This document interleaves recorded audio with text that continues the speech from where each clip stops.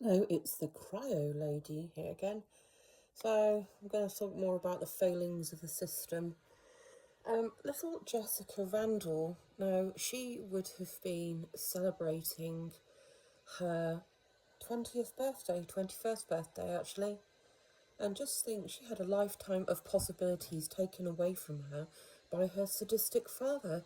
Now, poor little Jessica, she was born 5 weeks early, and she didn't have the best start to life because she also had a congenital heart defect. She'd been in and out of hospital a couple of times going home. The nursing staff noted that there were some unusual marks on her. They duly reported that, and the doctors, they also noted that in her 7 short weeks of life, she had some marks on her, some unusual marks on her, some kind of unusual twitching, things like that. That was reported to social services twice in 8 days. Twice in 8 days. So on one cold winter's night, well, the early hours of the morning, on the 21st of November 2005, baby Jessica's life, all 7 weeks of it, was brought to an abrupt end by her sadistic father when he threw her across the room and her head hit the arm of a wooden arm of a sofa. That was it for her. That's when her life ended, on the floor of the lounge of a flat in London.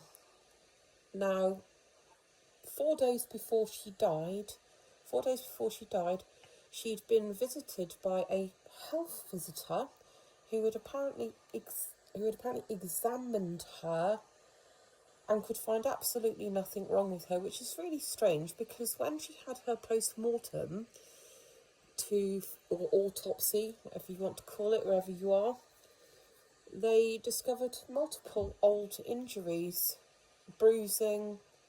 She would have had quite a lot of bruising on her body. So, did the health visitor examine her? I mean, that seems weird. In her 7 weeks of life, she was seen by 30 healthcare professionals.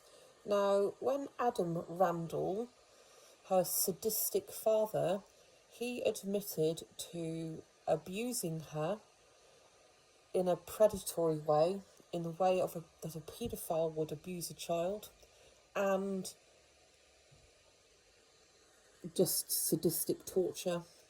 He said that as soon as she was born, he'd taken against her. Okay?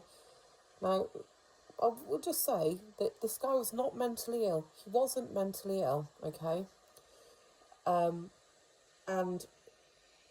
it was estimated that as soon as she got home, as soon as she was allowed home with her parents, she was abused and tortured every single day. And in fact, Adam Randall described the torture that he meted out on this poor, helpless little girl. I mean, now he was sentenced to, he was given a life term, which means that technically or hopefully he won't be getting out of prison. The mother, I mean, she was a diagnosed schizophrenic as well. So it's not like, there were red flags. There were plenty of red flags.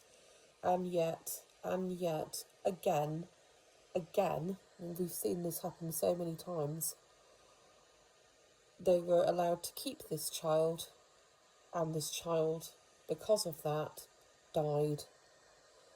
I mean, she would be, as I said, she'd be 20 years old now, and she's had her entire life taken away from her by an evil, sadistic man. This guy, Adam Randall, right? He was fixated with serial killers.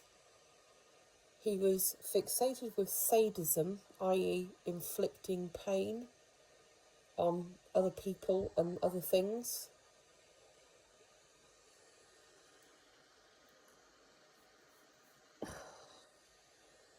How does this happen? How does this happen when there's so many people? I mean, there's lots of people in this world that would dearly love to have the chance to have a baby, you know, and they'd give that baby the best home possible. And then you get pieces of shit like this who, you know, essentially just churn out children that they don't want. They don't want. I mean, little Jessica, it just, how do you even, you know, how do you even comprehend that? I can't comprehend it. Do you know what? I had twins, and I also had